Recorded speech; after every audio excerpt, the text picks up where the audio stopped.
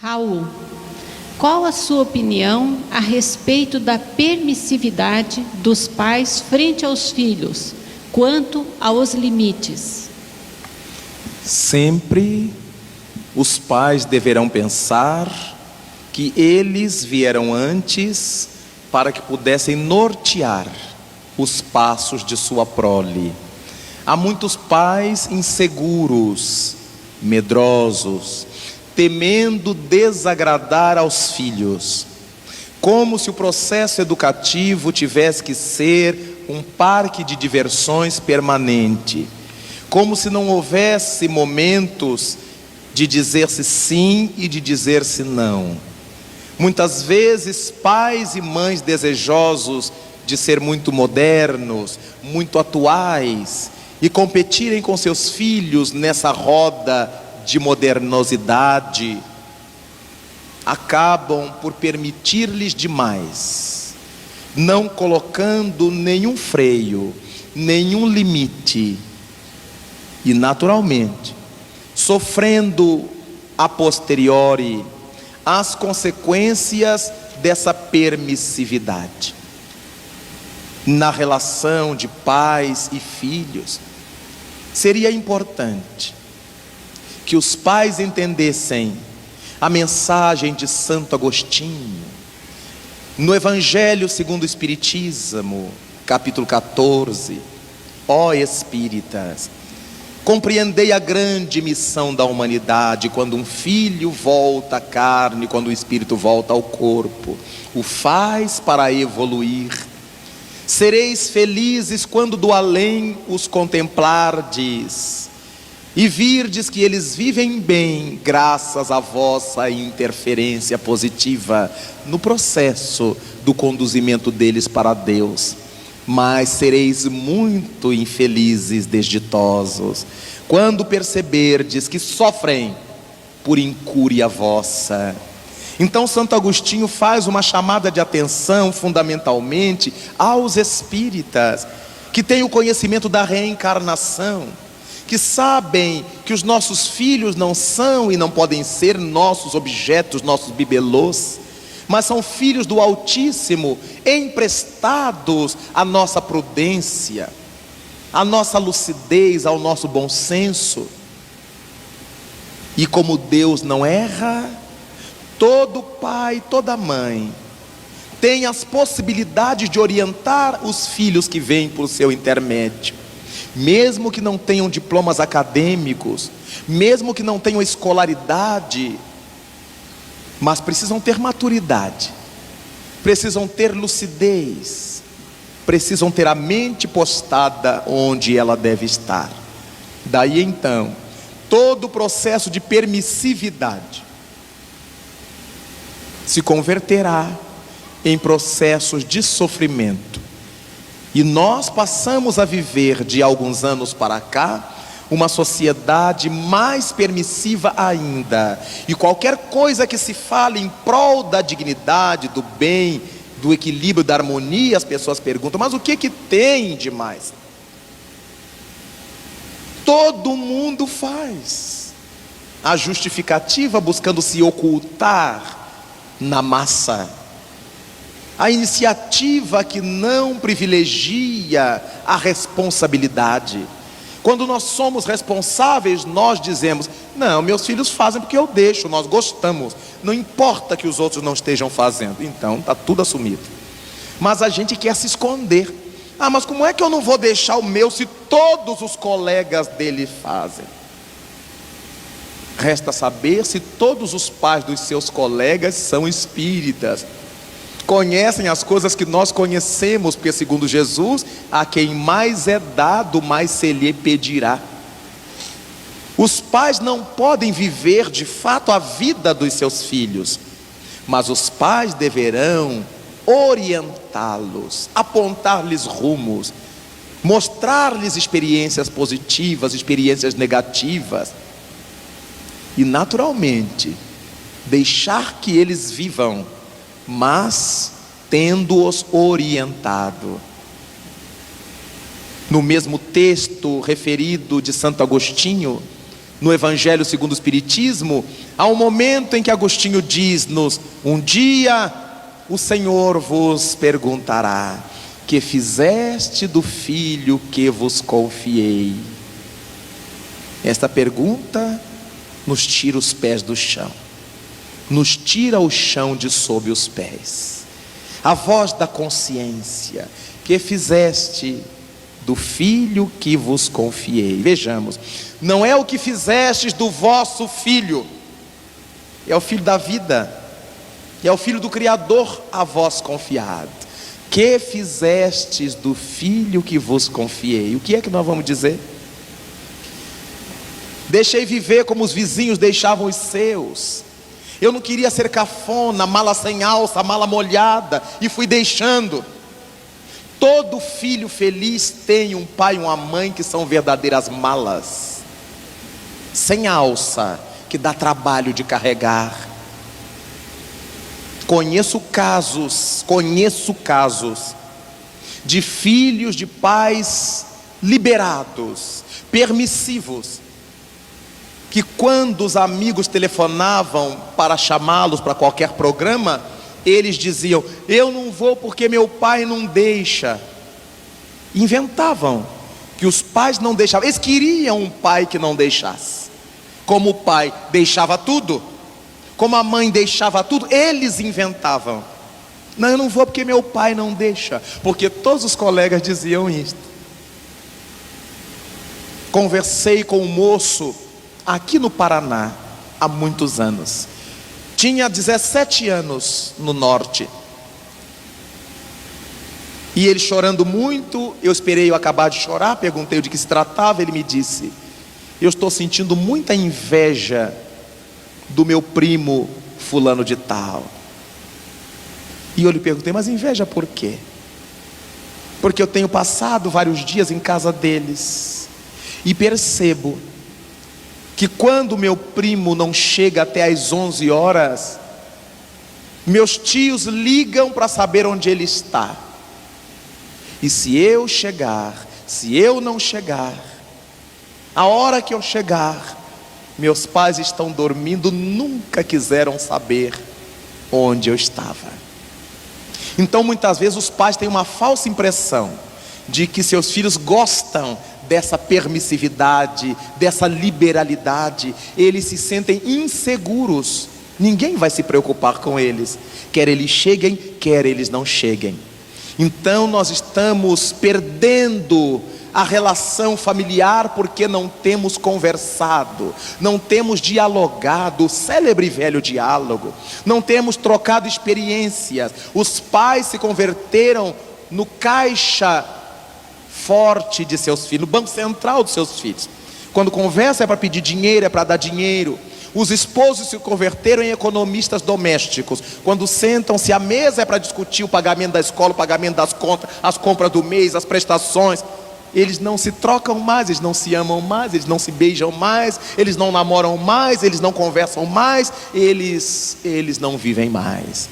De modo que é um momento crucial da nossa vida em sociedade que precisa ser revisto, repensado, principalmente por aqueles que estamos aprendendo a conhecer Jesus pelas lentes da doutrina espírita. Divaldo, como ocorre o encaminhamento de um espírito reencarnante no namoro moderno, ao qual acontece uma gravidez? Se a gravidez foi inesperada, resultado de um intercâmbio não programado, estamos diante de uma prova que deve ser respeitada e nunca passar pela mente de quem quer que seja interrompê-la, porquanto uma tentativa exitosa de interrupção da gravidez em qualquer momento trata-se de um crime hediondo, desde que a vida da futura mãe não esteja correndo perigo. Mas quando os bons espíritos, através da análise dos nossos débitos e méritos perante a vida, programam as reencarnações, inspiram também aos futuros pais como direcionarem o destino dos seus filhos, trabalhando contra as suas más inclinações. Deveremos recordar-nos que a infância no ser humano é a mais prolongada de toda a escala animal. Todos os insetos nascem adultos. Os animais em geral, com alguns meses de vida, já atingem a fase adulta. O ser humano, por se tratar de um complexo de variadas expressões, impõe a necessidade de uma larga preparação para ensejar aos pais a criação de hábitos que mais tarde serão a segunda natureza de cada um de nós. O adágio popular proclama: quem não tem bons, tem maus hábitos, já que ninguém pode viver sem hábitos. Quando estamos com o compromisso de construir uma família, ou quando de qualquer forma nos chega o apelo de um ser em reencarnação, torna-se-nos imperioso uma atitude grave de responsabilidade perante a vida, a fim de encaminharmos com segurança aquele que nos foi confiado. Gibran Khalil Gibran, no seu admirável O Profeta, já asseverava, e Raul também o disse: vossos filhos não são vossos filhos. O que equivale dizer que nós não educamos os nossos filhos para nós. Educamos-los para que sejam felizes no conjunto social, para o qual eles vieram a fim de desempenharem uma missão. Normalmente a palavra missão está associada a um sacerdócio, a um apostolado, a algo de grandioso e incomum. Mas amar é uma missão, servir é outra missão, entender a problemática humana é outra missão. Há os missionários da limpeza, como os há da engenharia genética. Há os missionários da química no grande laboratório da cozinha, preparando os acepipes.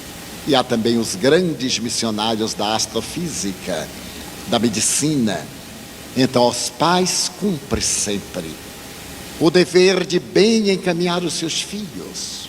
E como já foi dito, não é necessário que tenham títulos acadêmicos. O próprio instinto estabelece no nosso discernimento, quando ele está saindo do inconsciente profundo, as normativas do que é certo e do que é errado.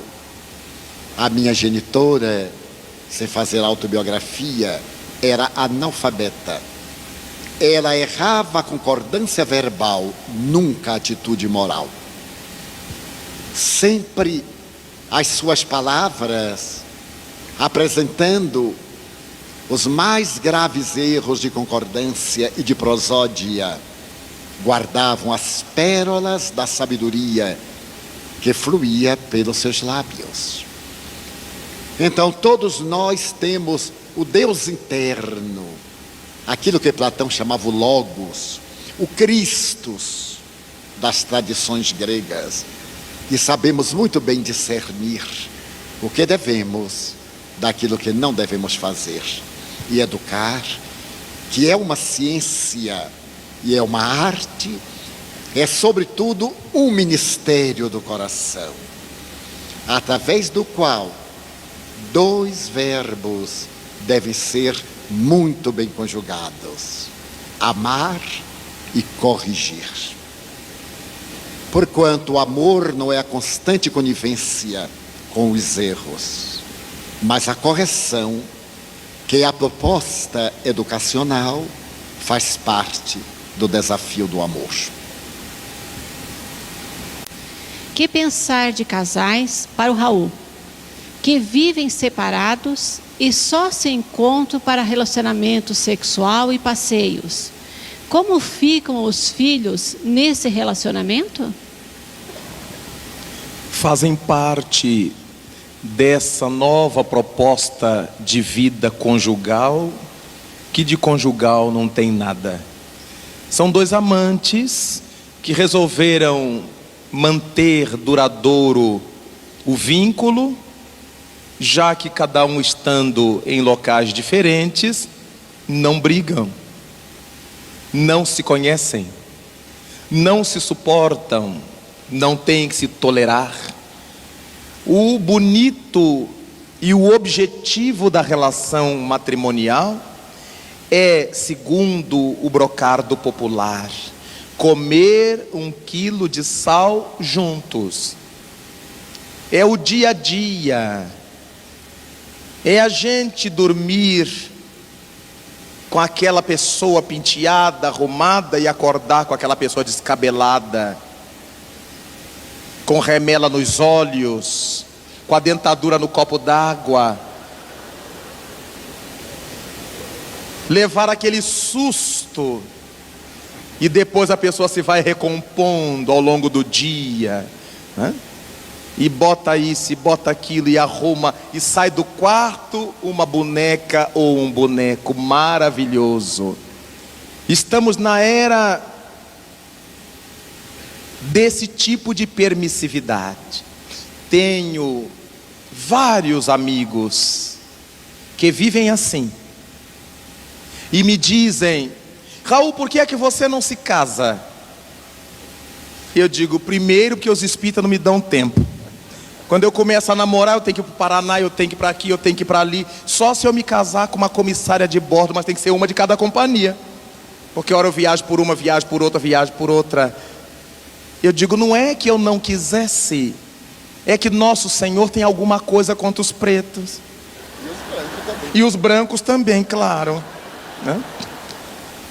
Porque afinal de contas, eu disse: Senhor, eu gostaria de ter 12 filhos. Minha mãe teve 6, eu sou o 6º. Eu queria dobrar. Nem assim não houve acordo. Mas hoje eu tenho 300. E eu me pergunto qual seria a pobre coitada da mulher que aguentaria um marido como Divaldo, que passa 100 dias na Bahia e 265 no mundo. Então, obviamente, diz o Livro dos Espíritos, o celibato só tem valor diante de Deus quando ele não é motivado pelo egoísmo, mas sim quando ele é exigido por uma tarefa de porte maior. Quando alguém me diz assim: é porque você não tem mulher, eu digo: não tenho uma. Eu tenho a mulher de todos os meus amigos que se queixam comigo, então eu tenho que atender os pepinos de todas elas. Se eu tivesse uma, era só ela. Então, Deus tem os seus projetos, e para consorciar-me, para ter a esposa acolá e eu aqui, melhor seria não consorciar e viver de tico-tico no fubá. Isso se configura como o antigo ou a antiga amizade colorida, em que as pessoas se encontram, se alegram e vão embora, sem nenhum compromisso. Esses tempos, e vou dizer o nome porque foi um programa de televisão, todo mundo viu. Eu estava assistindo a um programa de entrevista e foi entrevistada a cantora Rita Lee com o seu marido Roberto de Carvalho. E ela dizia assim: depois que ele foi para o apartamento dele, eu fiquei no meu. Nós nos amamos mais do que antes, que agora eles não se suportam, eles não se aturam, se encontram para os shows e para os encontros carnais. Assim, como dizem os cariocas, é mamão com açúcar. O bom, o difícil e o válido é o quilo de sal juntinho. Cadê o botão desta camisa? Por que você não prega? Você está com tanta pressa, prega. Os nervos à flor da pele. Aí quando chega: meu bem, querida, Tá? Quer dizer, a gente vai e se dá conta que falou demais, que gritou, que falou alto, e vai e deita no colo e pede desculpas, e quando não pede verbalizando, pede no gesto, e traz um bombom, e traz uma flor, e abraça e a carinha. É esse dia a dia. As pessoas, quando se indispõem dentro de casa, não significa que elas se odeiem, significam que uma está estressada, está cansada, está agitada, e a convivência permite esses entreveros, esses affaires, e o amor vai sedimentando todas as coisas, vai pondo tudo no lugar. Outros me dizem assim: vocês aí, oradores espíritas, você, Edivaldo, Chico, é que tem boa vida. Eu digo, você é que pensa, porque você chega em casa cansado de qualquer coisa, você tem alguém para você brigar, para você amar, para você falar, para lhe dar um chá, para lhe fazer um cafuné. Agora, cafuné de alma do outro mundo é um negócio estranho. Que a gente chega em casa e olha as paredes do quarto. Eu não sei o Divaldo, mas eu abro o livro, leio, e me conformo, minha alma gêmea está no além. Mas isso dá uma dor de cotovelos. Eu digo, Nosso Senhor, às vezes eu faço como os protestantes. Eu já vi que Deus atende quando a gente grita com Ele, né? Se a gente fala baixinho, Ele não atende, não. Eu digo, Nosso Senhor, desta vez o Senhor explore bem o pretinho, me sugue bem, porque na próxima vez não quero saber de missão. Eu quero ser hippie rico. Quero ter 1,80 m para eu olhar o povo de cima. Mais do que isso já é hipertrofia. Eu quero ter cabelo com balanço para jogar para trás. Essa coisinha aqui que não tem jeito. Então tem uma série de frustrações que eu estou trabalhando agora para acertar no futuro. E o Senhor não me vem com essa história de celibato, porque se o Senhor brincar, eu vou ter duas para compensar esta, né? Porque dizem que cada homem tem a sua alma gêmea. Eu digo, deve ter alguém com duas, porque a minha não apareceu.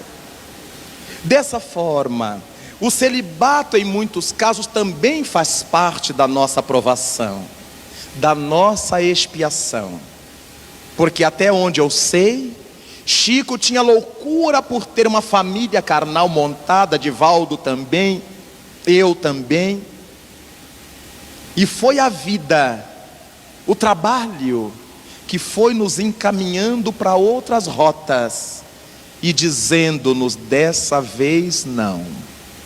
E desse modo, meus amigos, é muito fácil um morar aqui, outro morar ali, e os filhos ficarem como bolas de ping-pong entre duas pessoas caprichosas, preguiçosas e acomodadas. Porque se eu não quero suportar a bilis do outro, a dificuldade do outro, vivendo o dia a dia das lutas, das dificuldades, das patologias e das virtudes, é porque eu sou uma pessoa moralmente muito preguiçosa. E eu não quero me ocupar com ninguém. Eu quero da árvore da vida apenas os frutos doces, nunca os frutos amargos ou azedos. Desse modo, como disse-nos Jesus, já obtivestes na terra o vosso galardão. Era isso que a gente queria, era isso que a gente obteve na terra. E quando chegarmos ao além, todas as consequências do que tivermos plantado nesse gesto de acomodação. Para o Raul, como usar o amor para melhorar o comportamento perante os vícios, as agressões dentro do lar? Vejamos que o amor é uma postura, é um estado que deve ser aplicado basicamente sobre nós mesmos. Os grandes alvos do amor têm que ser o próprio agente do amor, primeiro. Segundo Jesus Cristo, seria importante amar o nosso próximo da mesma forma que nos amássemos. E se a gente não começa a verificar que quando a gente briga, a gente não atinge os outros, a gente se atinge. Quando a gente agride ao outro, é a exposição, é a exteriorização da autoagressão. Nós estamos de mal conosco, nós estamos não resolvidos. A partir dessa conscientização, dessa racionalização, começamos a verificar que a gente precisa se cuidar um pouco mais. Diz uma modinha popular de grande sucesso, do Peninha, que quando a gente ama, a gente cuida. Quando a gente se ama, a gente se cuida. E quando a gente se cuida, a gente não briga quando os outros nos provocam, a gente só briga quando a gente quer. Eu estava sentado, em certa época, na beira do mar, em minha cidade, conversando com um amigo que faz halterofilismo, que é um pitbull, como se chama hoje no Rio de Janeiro, a garotada que malha. Então eles são chamados de pitbull, alguns de pitboys. Ele era um pitbull. E eu estava sentado com ele, conversávamos, falávamos de trivialidades. E uns rapazotes assim, de menino de rua, jogavam nele alguma coisa. E eu fiz de conta que eu não estava vendo, que eu conhecia o temperamento dele. Achava que conhecia. Eu falei, daqui a pouco, ele vai dar um bote nesses meninos e vai ser uma carnificina. E os meninos jogaram nele, falaram, etc. Eu não sei o que tinha acontecido antes. E chegou um momento que eu comecei a ficar irritado com os meninos. E ele tranquilo conversando comigo. Aí eu virei-me para ele e disse assim, você está notando o que está acontecendo? Ele disse, estou. E você está normal, está bem? Ele disse, eu estou. Eu digo, não estou lhe reconhecendo. Meu amigo desde menino. Aí ele disse assim, Raul, eu estou fazendo yoga. Aquela massa, eu imaginei ele fazendo yoga, posição de lótus, aquele monte de músculos. Eu estou fazendo yoga. Eu estou fazendo meditação transcendental. Tudo que é espiritualismo ele estava fazendo. E eu estou aprendendo que eu não posso brigar quando as pessoas me provocam. Elas estão mandando em mim. Então eu aprendi a me doutrinar, me disciplinar. Eu só brigo quando eu quero. E eu ganhei uma lição importantíssima. Quando a gente quer, a gente consegue. Um outro amigo me disse assim, se eu não revidar, eu tenho crises de fígado. Eu disse, então tenha. Porque você vai ter a crise de fígado, vai doer tanto que você não vai ter a outra. Vai se cuidar mais. De maneira que, se a gente não quer brigar no lar, não quer brigar aqui, a gente aprende a se querer, a se gostar, a se respeitar. Lembrando do pitbull lá de Niterói. E eu não posso brigar quando as pessoas querem que eu brigue. Eu só brigo quando eu quero. E se a gente está se disciplinando, se evangelizando, se amando, a gente nunca vai querer brigar. Aquela velha história, eu dou um boi para não entrar na briga, uma boiada para não sair. Isso a gente chama em bom vernáculo de burrice. A gente deve dar um boi para não entrar na briga e uma boiada para continuar fora dela. Aí é inteligência. A gente vai gastar mais bois para se dar mal, porque não sair da briga é viver uma infelicidade perpétua. De maneira que, em nome do amor, amemo-nos. Depois a gente começará a amar aos outros de verdade. Divaldo, quando o cônjuge sexualmente não respeita os limites, tem desejos e fantasias violentas, como trabalhar com esta dificuldade?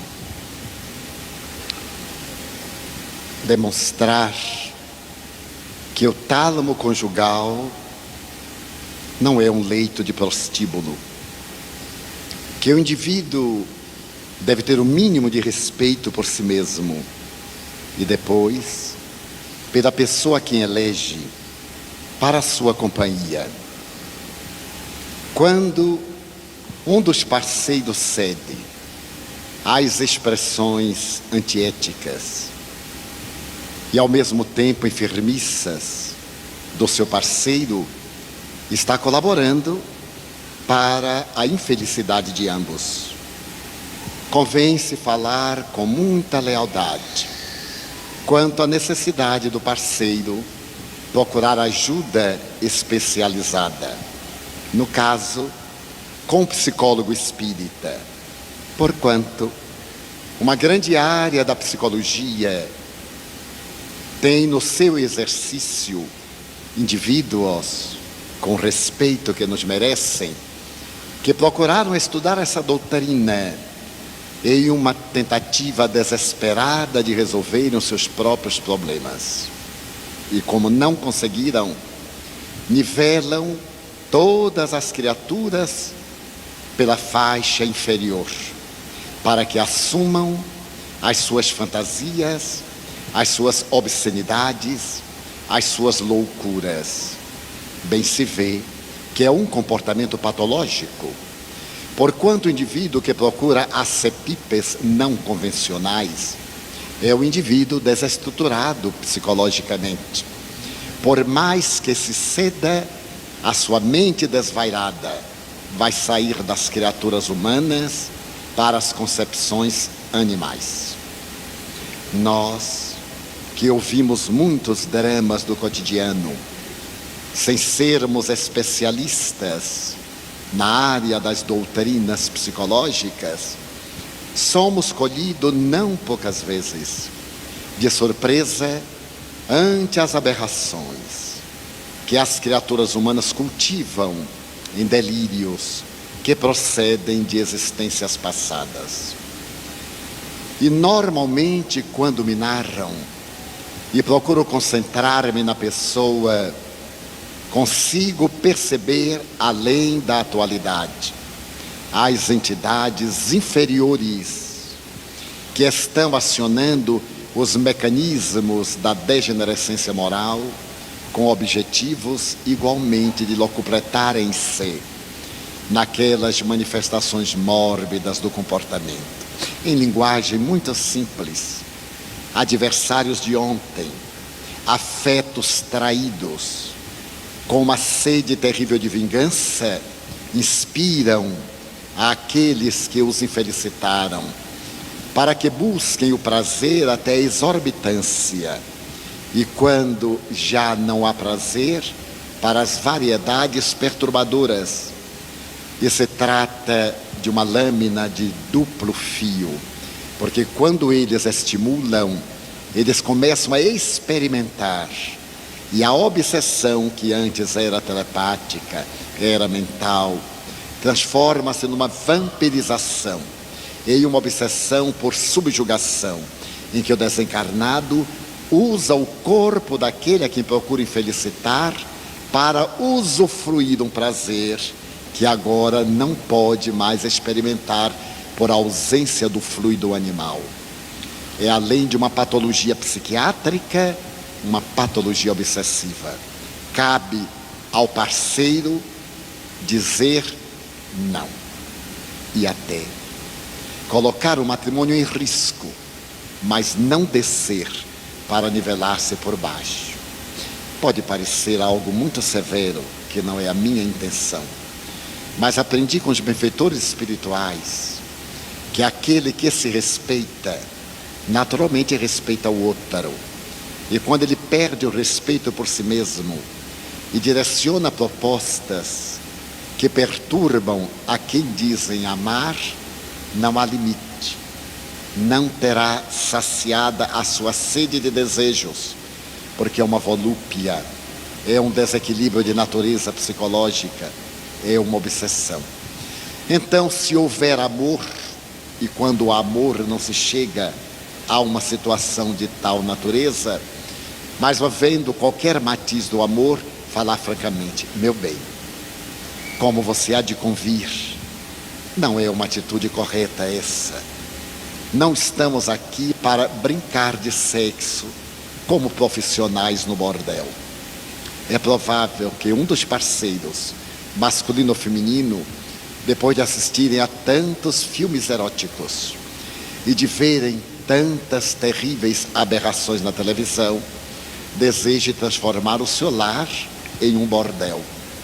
E como estamos abordando o problema família e não o ângulo prostituição, é justo salvar a família, perdendo às vezes uma companhia para não perder a dignidade.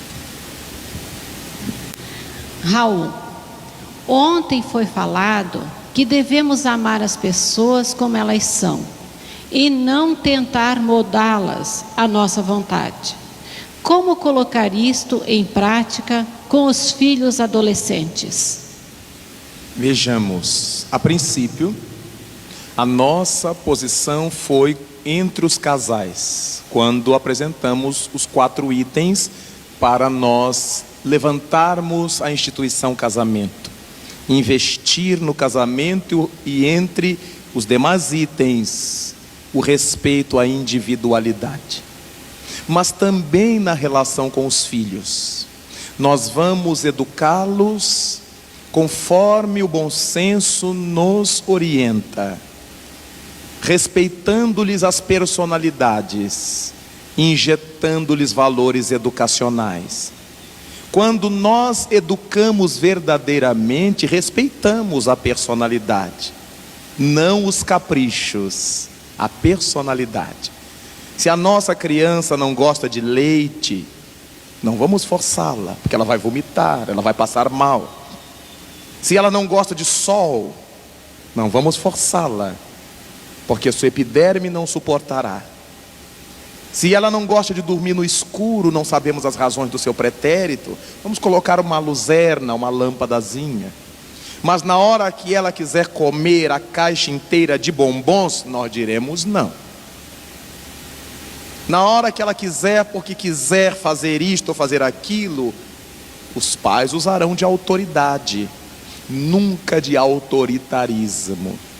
A autoridade é aquela postura que se conquista pelo exemplo que se dá.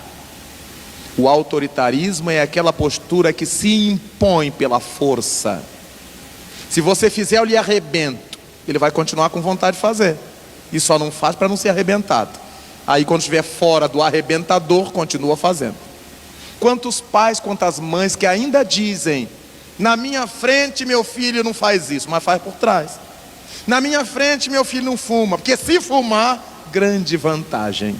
Não educou com a autoridade e impôs o autoritarismo. Meu filho, minha filha, você está vendo seus pais fumando? Tudo de bom que nós temos e somos, investimos em vocês. Quando você puder manter sua vida, comprar seu cigarro, nós não poderemos mais nos envolver. Mas por enquanto, você vai fazer aquilo que seus pais lhes estejam demonstrando. Quer dizer, é o amor que vai chegando lá, sentar para conversar, desligar um pouco a infeliz da televisão, sair um pouco da frente das novelas e do tchan, para que a gente tenha tempo, aproveitar o momento da mesa, das refeições, que é tão raro a gente se reunir.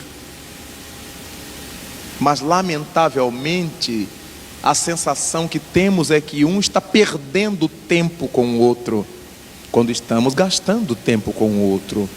Diz Exupéry, colocando na boca do Pequeno Príncipe, que o que faz com que o jardineiro ame a sua rosa é o tempo que ele despende com ela. Se os pais não convivem com seus filhos, não desenvolvem amor e só tem apego. E não conhecem. A gente não ama o que não conhece e a quem não conhece.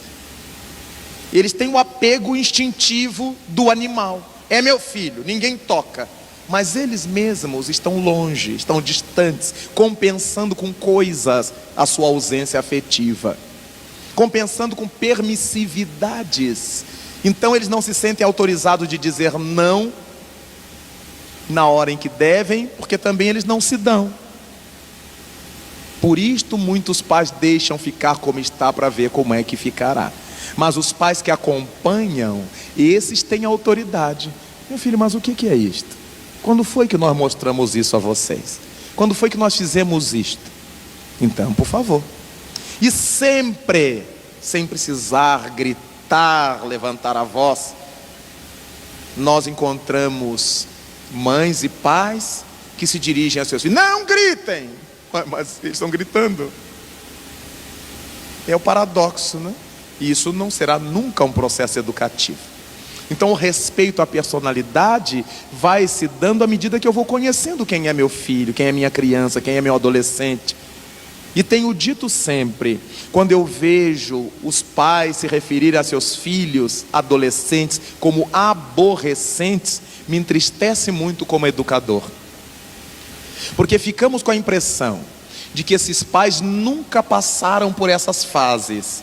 Eles já caíram pais puros do céu à terra. Já contei aqui em Curitiba oportunamente que um dia estava na casa de um amigo meu de infância, de juventude, e os 2 meninos dele, hoje moram em São Paulo, queriam ir assistir o show de um conjunto de rock que estava em São Paulo, o Guns N' Roses à época. E eu cheguei lá para visitá-los, e os 2 meninos estavam enfurecidos. Eu disse: o que houve? Vocês nem saudaram o tio? Nos tratamos de tios e sobrinhos porque somos amigos do pai, dos pais, desde a infância. Ah, tio, imagina, pai não quer deixar a gente ir. E o meu amigo dizia: daqui, filho meu, não vai a Guns N' Roses. Eu deixei os meninos saírem. Nos assentamos e eu disse assim: o que houve? Que os meninos não podem ir ao conjunto de rock? Você imagina, o filho meu. Eu digo: menino, você não tem a confiança na educação que você deu. Porque eu me lembro da nossa juventude, que a gente amava os Beatles e os Rolling Stones. Nós andávamos com aquelas famigeradas boca de sino que agora estão voltando à moda, que hoje quando eu vejo os retratos eu rezo 10 Pai Nosso, de ver o ridículo daquela calça abaixo do umbigo com um cinturão dessa largura. Hoje a gente vê que coisa horrível, é a moda voltando, aquilo já era usado. Eu digo: e eu me lembro de você com aqueles cabelos quase nascendo. Não fale isso na frente dos meninos. Eu digo: eles já viram seus retratos, eles sabem. Oriente-os. Você conhece seus filhos? Não, são meninos ótimos. Deixe-nos ir. Oriente, veja o lugar que eles vão comprar. Se eles ficarem lá no meio da massa, vai ter problema. E dali a pouco ele chamou os meninos: olha, agradeço ao tio Raul que vocês vão ao rock. Os meninos me abraçaram, me beijaram. Oh, tio, você tem que vir aqui sempre, que esse velho não está fácil. Como era da minha idade, eu digo: olha, esse negócio de velho, eu mudo de ideia. Os meninos foram ao show de rock. Eu pensei que eles fossem chegar lá para as 3, 4 da manhã, que esse negócio não tem hora para acabar. 1h30 da manhã. Eles estavam em casa, o show começara às 11. Ah, estava muito chato, tinha muita gente fumando erva, os 2 rapazes. E aí o pai começou a chorar e eu tive que acompanhá-lo. Ele viu ali o resultado da educação que ele deu. Ele não estava lá para dizer para os meninos: vão para casa, chegou, acabou. Os meninos se sentiram nauseados com aquele clima. Não era aquele o rock que eles queriam ouvir o conjunto. E voltaram para casa. Como eu estava dormindo lá, e conversamos até muito tarde, eu vi a hora que os meninos chegaram. Então a gente fica verificando que muitas vezes a insegurança dos pais, de muitos pais, é porque eles não têm confiança na educação que deram. E às vezes não deram a educação devida. E agora eles ficam tentando segurar como se tivesse jeito de segurar. Daí a importância de que o respeito, de se entender que o respeito à individualidade não despreza a necessidade de pôr os pingos nos is, de colocar a educação onde ela deve estar. Por isso, conhecer as crianças, diz o Evangelho segundo o Espiritismo, o que propõe a psicologia. Desde o berço. E o Evangelho segundo o Espiritismo ainda diz mais: há pais que têm mais cuidado em aprumar as plantas do seu jardim do que de observar seus filhos desde pequenos, para observar-lhes as tendências, as inclinações, e a partir daí elaborar um processo educacional para eles, de modo que uma coisa não se choca com a outra. O respeito à individualidade com a necessidade educacional. Nós nos respeitamos como adultos, mas há momentos em que a gente tem que dizer alto lá. Não é assim que se age, não é assim que se trabalha, não é assim que se faz, sem desrespeitar a personalidade do outro. E quando é uma coisa que não nos atinge, nós respeitamos que ele queira fazer, que ele queira beber, que ele queira fumar, que ele queira usar drogas. Mas o Evangelho segundo o Espiritismo propõe: se o erro de alguém estiver afetando só esse alguém, nós não temos por que nos envolver. Mas se o erro de alguém estiver afetando a terceiros, é um dever de caridade denunciá-lo. Então nós temos essa proposta na doutrina, e certamente, se a gente estudá-la com carinho, prestar bem atenção nas suas proposituras, saberemos como respeitar a liberdade, sem perder de vista o fio educacional. Divaldo, por que a depressão e a ansiedade estão tão presentes, mesmo em famílias estruturadas? A psicogênese das depressões é muito complexa. O fato de a família encontrar-se estruturada não impede que os seus membros vivenciem os conflitos que trouxeram desde antes da reencarnação. No Evangelho segundo o Espiritismo, no capítulo A Melancolia, a colocação feita pelo benfeitor espiritual leva-nos a perceber que aquilo que era uma reminiscência de fatos de existências pregressas, muitas vezes também emerge nos transtornos psicótico, maníaco-depressivos. E a pessoa, muitas vezes, por ver-se obrigada a exteriorizar um comportamento que não condiz com a sua realidade interna, vivendo de alguma forma um clima social diferente das suas necessidades espirituais, termina por produzir um conflito que mais tarde vai expressar-se através de um fenômeno depressivo. Na psicogênese das depressões, enfrentamos também os fenômenos de natureza neuronal, quando determinadas enzimas são atiradas em nosso sistema nervoso central e produzem esse quebranto, esse desencanto pela vida, a falta de motivação.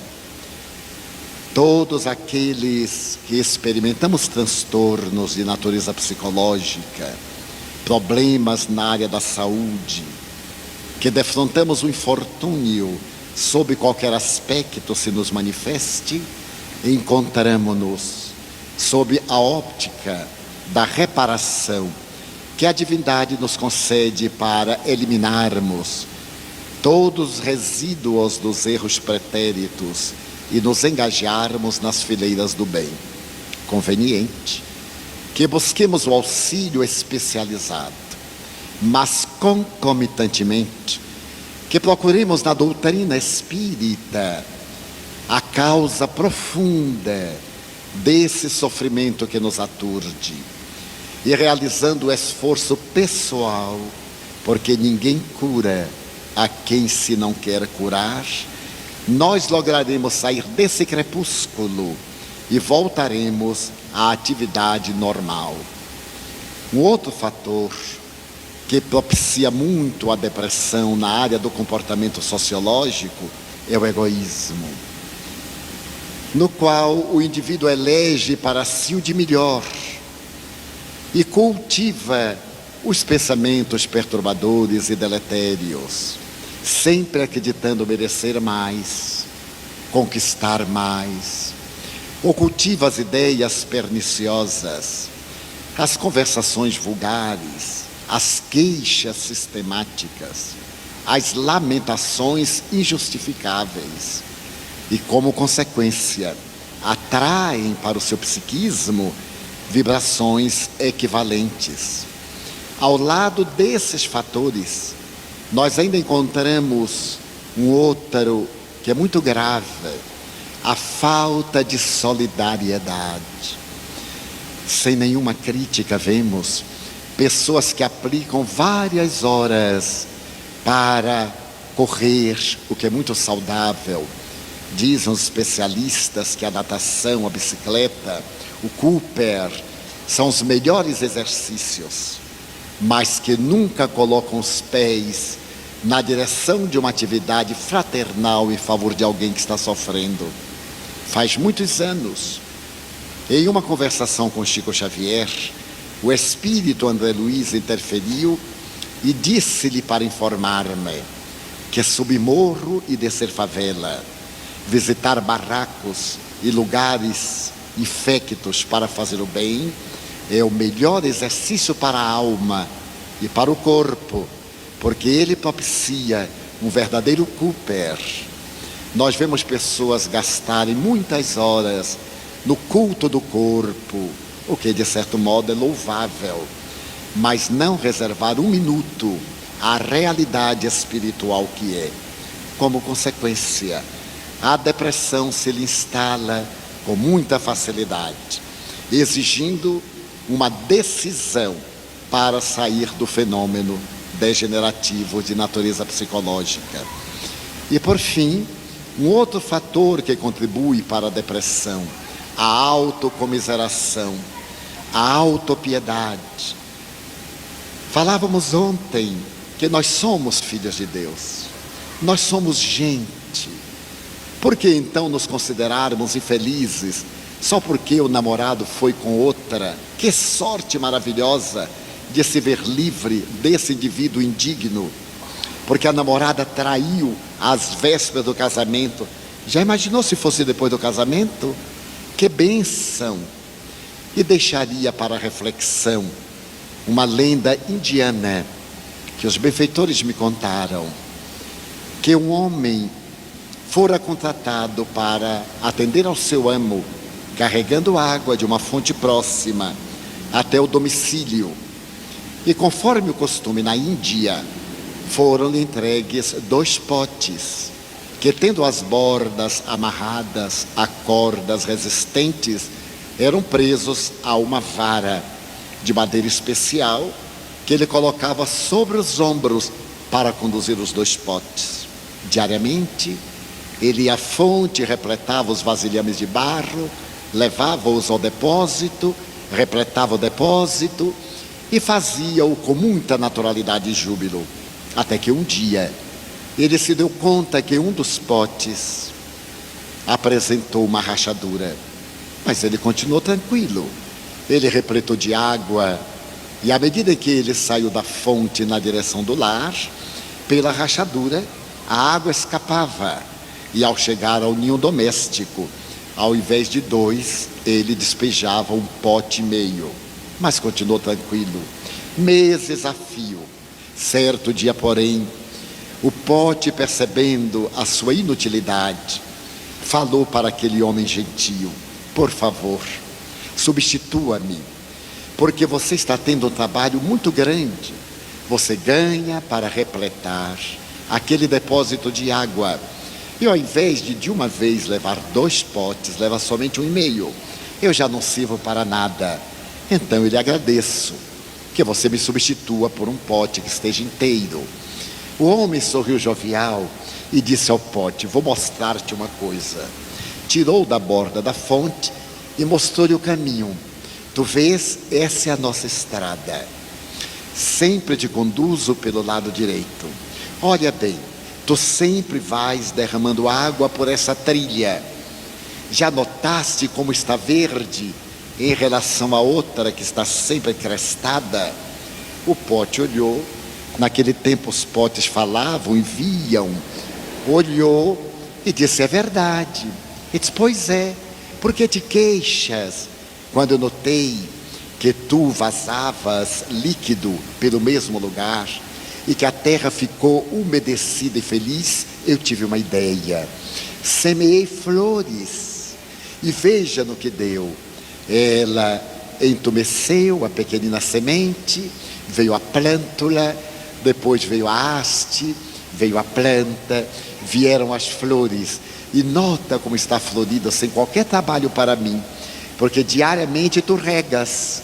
À medida que eu te conduzo, as plantas estão garantidas com a rega. Eu concordo contigo, redarguiu Pote por fim. Mas há um detalhe. O teu amo fica prejudicado porque não tem água total e te enganas-te. O meu amo me quer muito mais agora, ele mais me ama. E nota que eu sou um servo devotado, porque a água qualquer um pode buscá-la.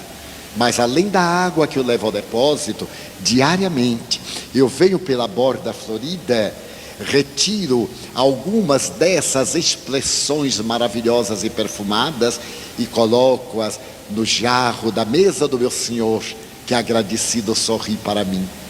Nunca lamentes o teu limite, porque o teu limite é a tua glória. Qualquer um de nós, portador de qualquer síndrome, de qualquer problema, se nos detivermos na lamentação, somente pioraremos a nossa circunstância perturbadora. Mas se nos sobrepusermos, retirando daí a lição preciosa e útil, veremos que da nossa depressão vai surgir a reflexão, da reflexão a liberdade e da liberdade a plenitude. Estamos nos encaminhando para os momentos finais do nosso encontro e gostaríamos de deixar para Divaldo e Raul uns momentos finais para as suas considerações e talvez algum fecho que desejem fazer. Foi muito bom termos estado aqui. Lá fora, sobre o dorso do mundo, o látego das dores, a chibata das frustrações, os lares que se descompensam, a invernia administrativa, a prostituição da política, o soerguimento e o cinismo da corrupção. Aqui, a reflexão, a sementeira do bem nos corações. Lá ao longe, a noite escura, a pontilhar nas almas desesperança e frialdade. Aqui, a sol de bênçãos, que nos ensina a falar de amor, a sentir amor, a prelibar o futuro feliz da humanidade. Quando Jesus Cristo, vivido, sofrido, chorado e cantado, seja de fato a nossa inspiração maior, seja de fato a nossa estrela de primeira grandeza. Quando estamos concluindo nossa participação neste 4º simpósio que a Federação Espírita do Paraná, em tão boa hora, se dispôs a realizar, gostaríamos de dizer aos meus queridos irmãos aqui reunidos que este 4º simpósio não termina aqui, ele começa aqui. Até agora tivemos ensejos para meditar sobre o amor nas suas diversas angulações, nas suas diversas aplicações, o amor como alma da vida. Mas a partir daqui, todos estaremos empreendendo esforços por vivenciar, ainda que minimamente, essas coisas do Senhor, essas coisas da vida que estamos discutindo aqui, num clima de tanta fraternidade, de tanta madurez, de tanta alegria espiritual. quero agradecer pessoalmente ao convite e à confiança da Federação Espírita do Paraná e a vocês todos que ao longo desses 3 dias aqui estão marcando presença e participando com esse carinho, com essa atenção, com essa fraternidade.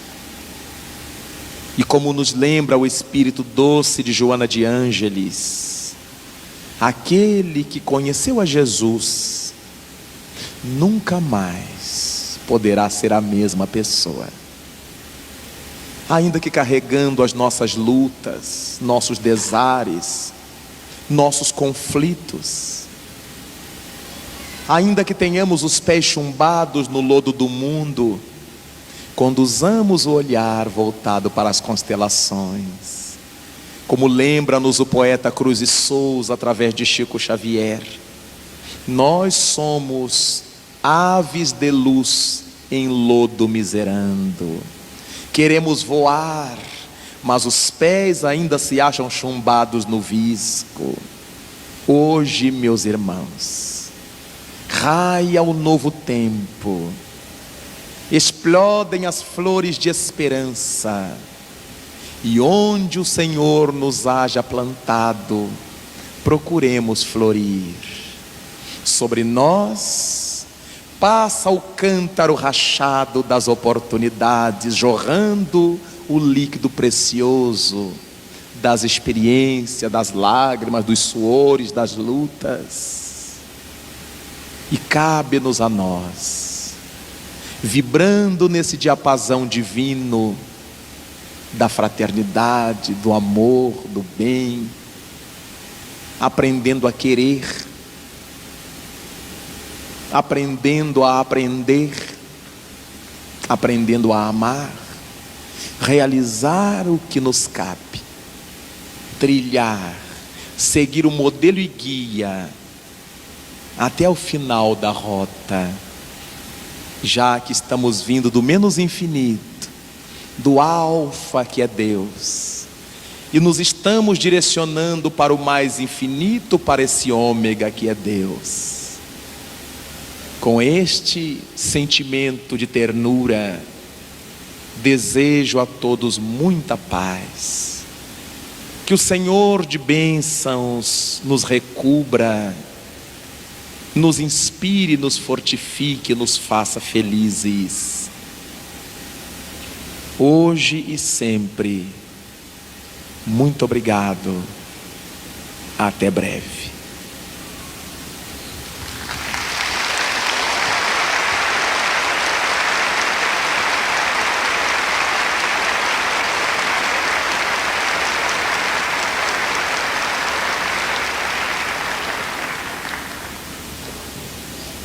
Nunca houve tanto amor no mundo quanto hoje.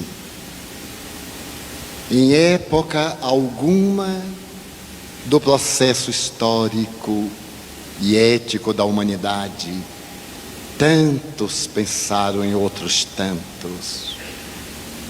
Em que período vozes se levantaram para profligar contra o crime, para apontar rumos de felicidade para os aturdidos do caminho?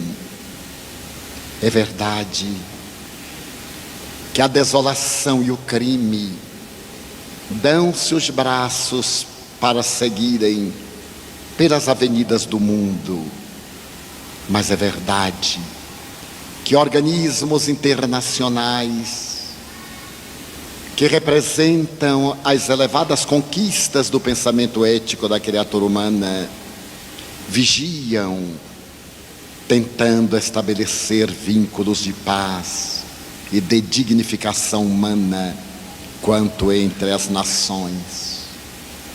Vendo a calamidade da guerra, também não podemos deixar de enxergar os esforços da ONU, da Unesco, acompanhando as enfermidades degenerativas que graçam ameaçadoras. Como esquecer a Organização Mundial de Saúde, e de saúde mental, tendo em frente dos nossos olhos diariamente a violência e o abuso da criatura humana, ressaltam as organizações dos direitos humanos, as organizações dos direitos da mulher, dos direitos raciais, das minorias, em que época da humanidade, entidades de benemerência e sobretudo de humanitarismo, como Lions, como Rotary, qual a maçonaria, se levantaram para falar de amor e de solidariedade humana. Vivemos um grande período em que o amor calça sandálias de veludo para esgueirar-se entre as sombras, socorrendo a dor, enquanto a vulgaridade exibe as suas feridas morais nos carros que transitam nas praças iluminadas. A criatura humana está fadada à grande luz, porque ela é lucigênita. Somos da divina luz gerados, e à grande luz retornaremos. Essa destinação gloriosa, a fatalidade da perfeição, aguarda-nos. Cabe a cada um de nós alterar os contornos tortuosos e as anfractuosidades deste momento grave do contexto social, sem a preocupação de mudar o mundo, que cada qual tem a preocupação de mudar-se a si mesmo para melhor. Ante a impossibilidade de transformar os homens nos biótipos ideais, que cada um de nós seja aquele que se faz modelo e amigo a benefício dos desesperados e dos que perderam a diretriz de paz. Que cada um dispute a honra de amar. Se por acaso outrem não nos ame, deixemos com ele esse problema, mas que o nosso seja o desafio de amar. Amar em qualquer circunstância, sob qualquer estado emocional. Amar sem pedir, sem impor. Ter a alegria infinita de exteriorizar o sentimento, qual uma ânfora transparente, felicita-se, esparzindo a luz que brilha dentro. Nós somos os herdeiros do reino de Deus. Que todos saibam que esse reino já se vem instalando na terra, sem qualquer temor nem ameaça, através do doçuroso cantochão do amor. Por minha vez, agradeço à Federação Espírita do Paraná haver-me concedido a honra imerecida de participar deste 4º simpósio em companhia do nosso querido amigo e irmão José Raul Teixeira. Agradecer a toda a equipe que se desdobrou em carinho, em cuidados, para que tudo transcorresse no melhor clima de afabilidade e de doçura. Mas agradecer principal e especialmente aos senhores pela paciência de me ouvirem durante estes 3 dias, de desculparem os senões, de fazerem vista grossa aos equívocos, procurando tirar do joio o grão precioso de trigo. Resta-me exorar ao divino mestre nosso ideal, modelo e guia, suas bênçãos para todos nós, que deveremos sair daqui, deste imenso salão, com outras disposições de vida, repletos de paz, ricos de luz, para que todos saibam que somos irmãos. Muito obrigado.